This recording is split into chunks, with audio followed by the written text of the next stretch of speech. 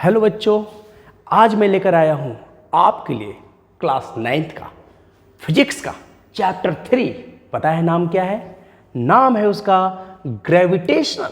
तो ये gravitation class 9th का टॉपिक्स है जो आज मैं आपको इस वीडियोज में क्लियर करूँगा। ग्रेविटेशन का कंसेप्ट मैं सिखाने की कोशिश करूँगा कि रियली में ग्रेविटेशन है क्या। तो आज जो हम टॉपिक कवर करने वाले हैं, कौन कौन से टॉपिक कवर करेंगे? तो सबसे पहले कवर करेंगे ULG। ये यू है, भी ना समझे, ULG universal law of gravitation.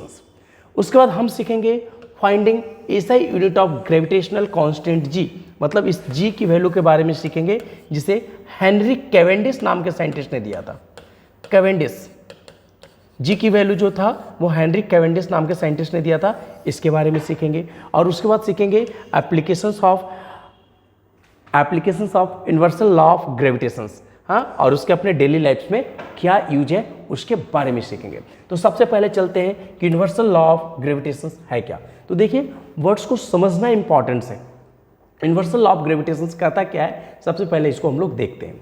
कहता है कि it state that every body in the universe attract every other body with a force which is directly proportional to product of their masses and inversely proportional to a square of the distance between them। कहने का अर्थ है कि पूरे universe में कोई भी bodies जिसके पास मास है वो एक दूसरे को अट्रैक्ट करता है, एक दूसरे के ऊपर फोर्स लगाता है। उस फोर्स का जो मैग्नीट्यूड है वो डिपेंड करता है directly proportional to product of the masses पे। मतलब दो ऑब्जेक्ट्स एक दूसरे पे फोर्स लगा रहा है तो उनके प्रोडक्ट ऑफ द मासेस पे डिपेंड करेगा और inversely proportional to square of the distance पे डिपेंड करेगा। जैसे यहाँ पे देखिए, मैंने यहाँ पे दिखाया कि मान लें कि एक बॉडी है अपने पास, ये M1 है और ये दूसरा बॉडी है आपके पास M2 है। M1 जो है इसका मास M1 है और इसका मास M2 है। ये जो है इस पे फोर्स लगा रहा है और ये जो है इस पे फोर्स लगा रहा है। अच्छा, डिस्टेंस के बारे में देखते हैं कि इन दोनों का जो डिस्टेंस है वो डिस्टेंस कितना है, R है। अच्छा, डिस्टेंस जब भी लीजिएगा तो इस बॉडीज के सेंटर से लिया जाता है और इस बॉडीज के भी सेंटर से लिया जाता है। आप यहाँ से नहीं ले सकते, आप यहाँ से नहीं ले सकते, जब भी लेंगे तो सेंटर से ले सकते हैं। तो M2 पे फोर्स लगाएगा और M2 जो है वो M1 पे फोर्स लगाएगा। तो जो फोर्स का जो मैग्नीट्यूड होगा वो दोनों का बराबर होगा, इक्वल फोर्स लगाएगा, क्योंकि न्यूटन्स का थर्ड लॉ तो यही तो कहता है, every action there is equal and opposite reactions. तो जो फोर्स का जो मैग्नीट्यूड होगा वो directly proportional to product of the masses होगा, मतलब directly proportional to product of the masses होगा and inversely proportional to square of the distance होगा। इसे इक्वेशन नंबर 1 बना लीजिएगा, इसे इक्वेशन नंबर 2 बना लीजिएगा और ये दोनों को क्या कर दीजिएगा, कंबाइन कर दीजिएगा। तो कंबाइन कीजिएगा तो आपके पास मिल जाएगा Gm1 M2 बटा R²। जी को हम लोग बोलते हैं यूनिवर्सल ग्रेविटेशनल कांस्टेंट। इसकी वैल्यू फिक्स होती है जो कि 6.67 इंटू 10 के पावर -11 के इक्विवेलेंट्स होती है। और इसका जो कंसेप्ट था, कैपिटल G का जो कंसेप्ट था वो अपने पास दिए थे हेनरी कैवेंडिश नाम के साइंटिस्ट थे। कैवेंडिश, इन्होंने बताया था G की वैल्यू के बारे में। तो हेनरी कैवेंडिश ने कैपिटल G के बारे में बताया था, ना कि अपने न्यूटन्स ने बताया था। तो ये था आपके पास। फिर देखिए दूसरे लाइन्स को अगेंस्ट पढ़ते हैं। In another words, gravitational force is non contact force. जो ग्रेविटेशनल फोर्स है वो कैसा फोर्स है अपने पास, नॉन कॉन्टैक्ट फोर्स है। It always attractive in nature, मतलब ये हमेशा जो है ग्रेविटेशनल फोर्स है ना वो अट्रैक्ट करता है। आपने फोर्स के बारे में पढ़ा है कि फोर्स अट्रैक्ट भी करता है और रिपेल भी करता है, मगर मैं आपको बता दूं कि ग्रेविटेशनल फोर्स हमेशा अट्रैक्ट करता है और इसी को हिंदी में हम लोग बोलते हैं गुरुत्वाकर्षण। मैंने यहाँ पे लिख करके क्लियरेंस किया है, गुरुत्वाकर्षण। डिपेंड्स किस पे करता है, मासेस पे। बॉडी दो ऑब्जेक्ट है जिसके पास मास है तो उनके मास पे डिपेंड करेगा और उनके बीच का जो डिस्टेंस है उसके बेस पे डिपेंड करेगा, है ना। Inversely proportional to square of the distance पे डिपेंड करेगा। इन्वर्स स्क्वायर लॉ जो है वो आगे चल के हम लोग जो 12th क्लास में चलेंगे तो चार्ज की दुनिया में अपने को समझने के लिए मिलेगा, मासेस की दुनिया में समझ में आएगा, मैग्नेटिक पोल्स जहाँ पे करेंगे वहाँ पे समझ में आएगा। तो वहाँ पे सारी बातें हमें ये क्लियरेंस हो जाएगा। तो अब चलते हैं हम लोग कि मान लीजिए कि दो ऑब्जेक्ट है, एक ऑब्जेक्ट M1 है जिसका मास 1 kg है और दूसरा ऑब्जेक्ट M2 है और ये M1 है। इन दोनों का 1 kg का मास है और इनके बीच का जो डिस्टेंस है, सेपरेशन जो दिया हुआ है 1 मीटर का दिया हुआ है। बताइए इनके बीच में फोर्स कितना लगेगा। तो जो फोर्स लगेगा तो मैंने अभी बताया कि फोर्स जो होता है वो किस पे डिपेंड करता है, जी m1 m2 बटा आर स्क्वायर। जी की वैल्यू यहाँ से पुट करते हैं 6.67 इंटू 10 के पावर -11, m1 की वैल्यू 1 kg, m2 की वैल्यू 1 kg, और r जो है डिस्टेंस जो है कितना है उनका 1 मीटर का है। तो जब इनको सॉल्व करेंगे तो फोर्स की जो वैल्यू आएगा वो वैल्यू कितना आएगा 6.67 इंटू 10 के पावर -11 न्यूटन। फोर्स है ना, फोर्स निकालना, तो फोर्स का यूनिट क्या आएगा अपने पास, न्यूटन्स में आएगा। अब सोचिए जरा कि 6.67 इंटू 10 के पावर -11 का मतलब क्या होता है। -11 का मतलब हो गया कि देखिए -10 का पावर -11 का मतलब हो गया कि मतलब 1/10 का पावर 11, मतलब ये हो गया 1 2 3 4 5 6 7 8 9 10 11। इसकी वैल्यू को सॉल्व करेंगे तो 0.2 3 4 5 6 7 8 9 10 मतलब 1 2 3 4 5 6 7 8 9 10। मतलब ये समझिए कि कितनी छोटी वैल्यू है, और इतनी छोटी वैल्यू होने के कारण बॉडी जो है एक दूसरे को अट्रैक्ट नहीं कर पाता है। तो इस तरह से आप न्यूमेरिकल्स आसानी से बना सकते हैं। अब आया अगला जो टॉपिक्स आता है वो आता है कि finding the SI unit of G. G का यूनिट क्या होता है। तो देखिए अभी इस कैपिटल जी का यूनिट्स हम लोग निकाल करके चलते हैं। आपको एक लाइन्स में बता दूं कि कैपिटल जी का जो यूनिट होगा वो न्यूटन मीटर स्क्वायर पर केजी स्क्वायर होता है। न्यूटन मीटर स्क्वायर पर KG square, this one is the unit of capital G. कैसे आता है वो सोचते हैं। तो अभी हमने पढ़ा कि F बराबर क्या होगा, जी m1 m2 बटा आर स्क्वायर। जी की वैल्यू निकालना मुझे, तो जी बराबर क्या होगा अपने से बताएं, एफ आर स्क्वायर बटा m1 इंटू m2। एफ क्या है, फोर्स है, फोर्स का यूनिट क्या हो जाएगा न्यूटन। आर क्या है, डिस्टेंस, डिस्टेंस का यूनिट क्या हो जाएगा मीटर। तो आर स्क्वायर है तो क्या हो जाएगा मीटर स्क्वायर, अपॉन m1 क्या है अपने पास केजी है, और m2 भी क्या है केजी है। केजी इंटू केजी क्या हो जाएगा केजी स्क्वायर हो जाएगा। तो ये इसका यूनिट्स है, उसी को हमने यहाँ पे दिखाया है कि F है अपने पास न्यूटन, जी केजी बटा मीटर स्क्वायर। मुझे इस जी का मैग्नीट्यूड निकालना है, तो जी को हम इधर ले आएंगे, न्यूटन्स को इधर भेज देंगे। तो आप जब हम सॉल्व करेंगे तो अपने पास जी का यूनिट आ जाएगा न्यूटन मीटर स्क्वायर पर केजी स्क्वायर। मतलब जी जो अपने पास आया था 6.67 इंटू 10 के पावर -11, इसके पीछे जो यूनिट लगेगा वो यूनिट लगेगा न्यूटन मीटर स्क्वायर पर केजी स्क्वायर। देखते हैं इसके बेस पे एक क्वेश्चन करके देखते हैं। देखिए क्वेश्चन है, ये रहा question. 2 persons having masses 50 kg each। 2 persons हैं, एक पर्सन m1 है और दूसरा पर्सन m2 है, और इसका मास कितना है 50 kg है, और इसका मास भी क्या है 50 kg है। Are standing such that centre of gravity are 1 metre aparts. मतलब यहाँ से इनके बीच का जो डिस्टेंस है वो 1 मीटर्स का है। तो आपसे पूछ रहा है calculate the force of gravitation, मतलब F की वैल्यू पूछ रहा है, यानी m1 की वैल्यू दिया हुआ है, m2 की वैल्यू दिया हुआ है और r की वैल्यू दिया हुआ है। सारा यूनिट अपना ऐसा यूनिट्स में है, तो इसमें कुछ छेड़खानी करने की ज़रूरत नहीं है। इसको सॉल्व करते हैं तो F बराबर जी m1 m2 बटा आर स्क्वायर हो जाएगा।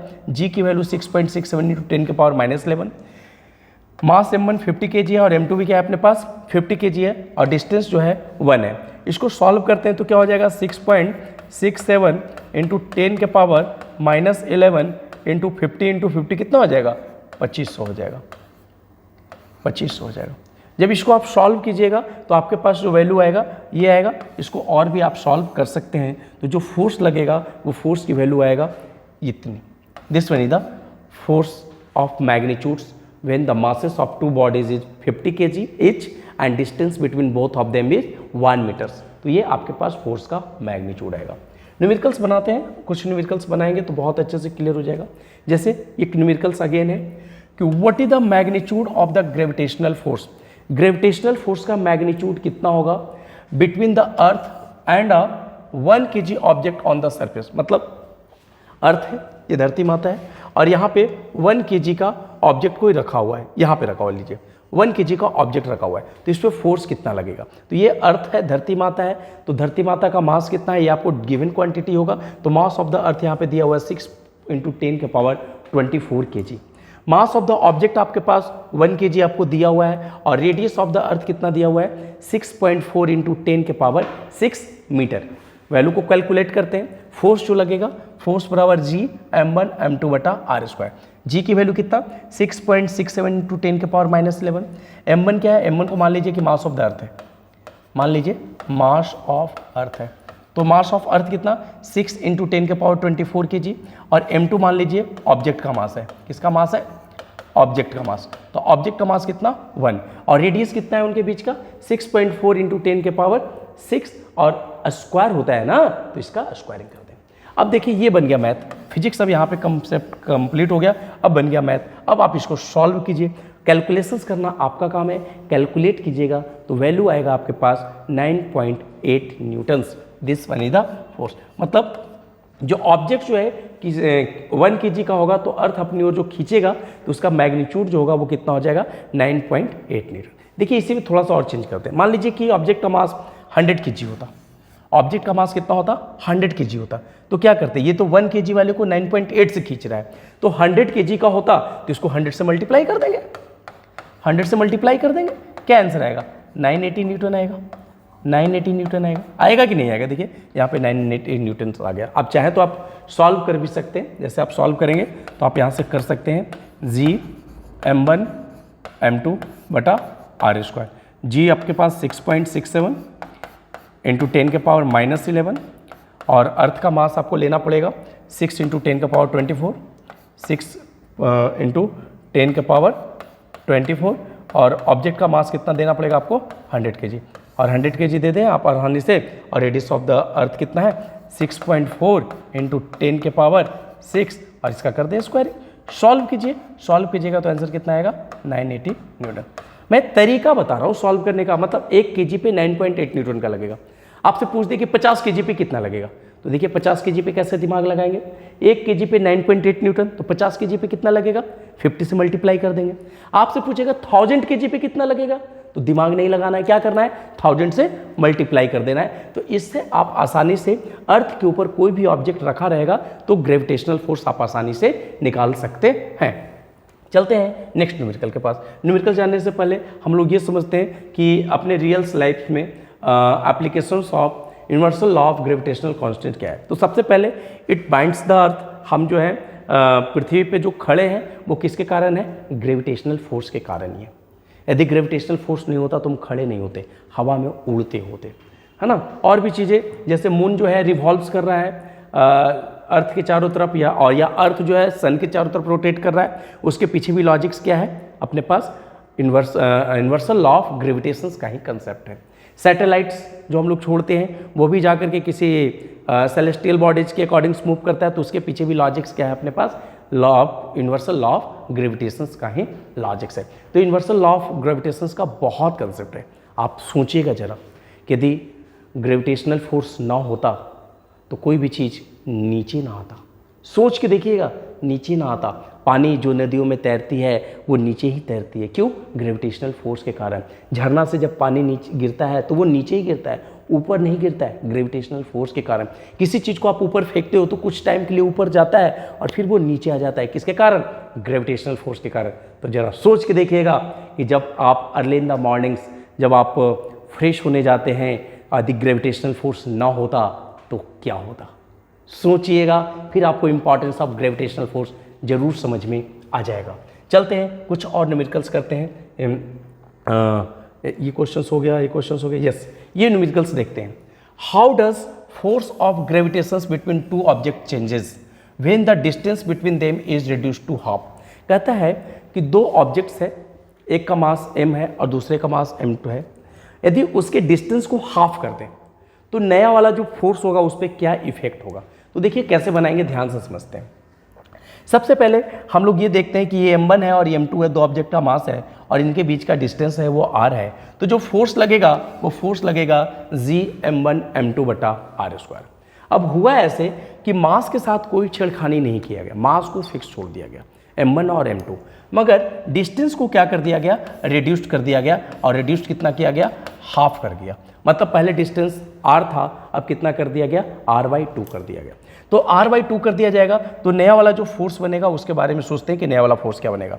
तो f डैश की वैल्यू क्या हो जाएगा, Gm1 m2 बटा डिस्टेंस कितना हो गया, r/2 का होल स्क्वायर। और जब r/2 का जब होल स्क्वायर करेंगे तो इसको सॉल्व आउट करेंगे तो r²/4 हो जाएगा। और इसको अगेन सॉल्व करेंगे तो क्या बनेगा अपने पास, यहाँ से देखें, हाँ क्या बनेगा, देखें यहाँ से ये वाला वैल्यू आ जाएगा यहाँ पे 4 ऊपर आ जाएगा, है ना, तो 4gm_m2/r²। और इसकी जो वैल्यू है वो वैल्यू कौन सी है, F है, तो क्या इसके जगह हम F लिख सकते हैं। तो नया वाला जो फोर्स है वो कैसा बनेगा, पहले वाले फोर्स से 4 टाइम्स ज़्यादा बनेगा, मतलब डिस्टेंस से क्लोज होगा तो फोर्स की वैल्यू जो है वो बढ़ जाएगा, पहले वाले फोर्स से 4 टाइम्स बढ़ेगा। ऑप्शन को सिलेक्ट करते हैं, ऑप्शन इज 4 टाइम्स। ये गलत है, गलत है, गलत है। नेक्स्ट न्यूमेरिकल करते हैं। न्यूमेरिकल्स करने से ना आपके कंसेप्ट क्लियर हो जाएंगे। तो आप नेक्स्ट न्यूमेरिकल करते हैं। देखिए क्या कहता है, what happens the force between 2 objects if the distance between object is triple. भाई साहब जब जब हाफ वाला केस आया था तो हाफ वाला केस में कितना हो गया था, 4 टाइम्स हो गया था। यहाँ पे क्या कह रहा है, डिस्टेंस बिटवीन देम ऑब्जेक्ट भी ट्रिपल, मतलब डिस्टेंस को 3 टाइम्स बढ़ा दिया गया। तो देखिए न्यूमेरिकल्स कैसे बनता है। पहले वाले केस में सोचते हैं कि ये अपने पास ऑब्जेक्ट है m1 और दूसरा ऑब्जेक्ट है m2 और इनके बीच का डिस्टेंस है r। तो फोर्स जो लगेगा वो क्या लगेगा, gm1m2/r²। अब डिस्टेंस को क्या कर दिया गया, 3 टाइम्स बढ़ा दिया गया। तो 3 टाइम्स बढ़ाने का मतलब क्या हो गया कि r जो डिस्टेंस था अब ये 3r हो जाएगा और 3r का कर लेंगे हम लोग होल स्क्वायर। तो 3r का होल स्क्वायर जब करेंगे तो देखिए सॉल्व आउट करते हैं, 3r का कर लिया होल स्क्वायर। इसको जब सॉल्व करेंगे तो क्या लिखाएगा, 1/9, 3 का स्क्वायर 9 हो जाएगा और gm1m2/r² हो जाएगा। और ये वैल्यू कौन सी है, पहले वाला फोर्स है, this one is the first force, ये वाला फोर्स। तो हम लोग क्या करेंगे, gm1m2/r² की जगह पहले वाला फोर्स लिख देंगे। मतलब नया वाला जो फोर्स होगा पहले वाले फोर्स से 9 टाइम्स 1/9 टाइम्स रिड्यूस्ड हो जाएगा, यानी आंसर जो आएगा 1/9 से आएगा। देखिए दूसरा वाला क्वेश्चन क्या कहता है, if the mass of both the objects are double, object का मास को डबल कर दिया जाएगा। कंसेप्ट वही लगाएंगे, कंसेप्ट के साथ छेड़खानी नहीं करेंगे। तो अगेन देखें, ये m1 है, ये m2 है, फोर्स जो लगेगा gm1m2/r²। अब हुआ क्या कि मास को डबल कर दिया गया, डिस्टेंस के साथ कोई छेड़खानी नहीं किया गया। तो जब मास को डबल करेंगे तो मास अपने पास हो गया 2m1 और ये हो जाएगा 2m2। फोर्स जब निकालेंगे तो F' की वैल्यू आएगा g, m1 हो गया 2m1 और m2 हो गया 2m2, मल्टीप्लाई करेंगे तो 2 2 जा 4 gm1m2/r², 4gm1m2/r²। और ये वाला वैल्यू किसकी है, ये वाला वैल्यू है, आप गौर से देखें, ये वाला वैल्यू है पहले वाले फोर्स का। तो इसके जगह हम लोग पहले वाला फोर्स लिख देंगे। तो नया वाला जो फोर्स बनेगा पहले वाले फोर्स से 4 टाइम्स ज़्यादा बनेगा। तो ये आपके पास दूसरा क्वेश्चन का सोल्यूशन था। देखते हैं तीसरा question, the mass of one of the body is double and separation is half. कहता है कि दोनों के मास के साथ छेड़खानी नहीं किया गया, एक मास ऑफ द बॉडीज को क्या किया गया, डबल कर दिया गया और दूसरे के सेपरेशंस को क्या कर दिया गया, हाफ कर दिया गया। तो इसके न्यूमेरिकल्स को भी हम लोग आसानी से बना लेते हैं। देखिए न्यूमेरिकल्स, क्योंकि न्यूमेरिकल्स जितना आप बनाइएगा ना उतना आपको मजा आएगा। तो इसके न्यूमेरिकल्स को हम आपको व्हाइट बोर्ड पे बना देते हैं, व्हाइट बोर्ड पे बना लेते हैं। तो क्या कहा कि एक बॉडीज है, देखिए मैं व्हाइट बोर्ड पे बना दे रहा हूँ, एक बॉडीज है जिसका मास है m1 और दूसरा बॉडीज है इसका मास है m2 और इनके बीच का जो डिस्टेंस है वो डिस्टेंस कितना है, r है। तो पहले फोर्स की बात करें तो फोर्स क्या हो गया, gm1m2/r²। अब केस आपके साथ ये कह रहा है कि एक मास को डबल कर दिया गया, दोनों मास को डबल नहीं किया गया, एक मास को डबल कर दिया गया। तो मान लेते हैं कि हमने m1 को डबल कर दिया, तो नया वाला जो मास जो बनेगा, नया वाला जो फोर्स होगा वो क्या होगा, g2m1m2 और रेडियस को हाफ कर दिया गया।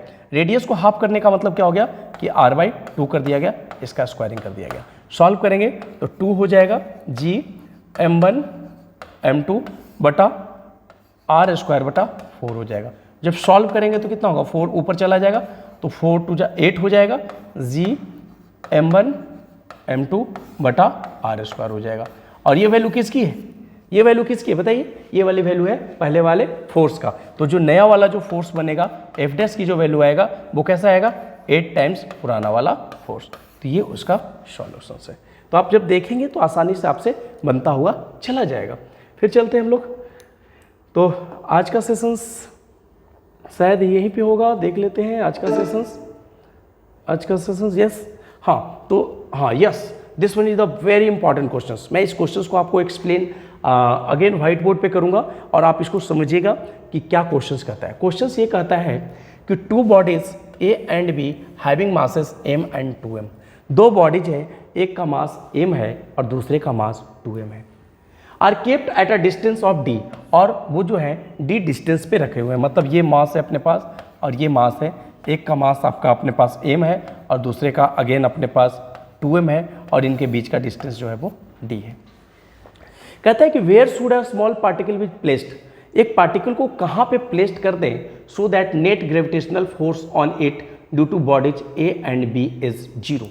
ऐसे जगह पे रख दें, मान लो कि हम यहाँ पे रख देते हैं और इसका मास हमने m ले लिया, तो नेट फोर्स जो लग रहा है मतलब इस पे और इस पे जो फोर्स लगेगा वो फोर्स कितना हो जाएगा, 0 के बराबर हो जाएगा। मतलब ये कहानी आपके पास दिया हुआ है कि d डिस्टेंस है और ऑब्जेक्ट का मास हमने यहाँ पे रख दिया। तो थोड़ा सा सोच के बताइए कि मान लीजिए कि इस वाले से डिस्टेंस हमने x मान लिया, टोटल d दिया हुआ है, तो ये वाला डिस्टेंस कितना हो जाएगा, ये वाला डिस्टेंस आपका d माइनस एक्स हो जाएगा। पहले बात को समझिए, आपको क्लियरेंस होते चला जाएगा। तो ये यहाँ से लेकर के यहाँ तक का डिस्टेंस कितना दिया हुआ है, d माइनस एक्स दिया हुआ है और ये वाला जो डिस्टेंस है वो x है। तो पहले हम फोर्स इनके बीच का निकालते हैं।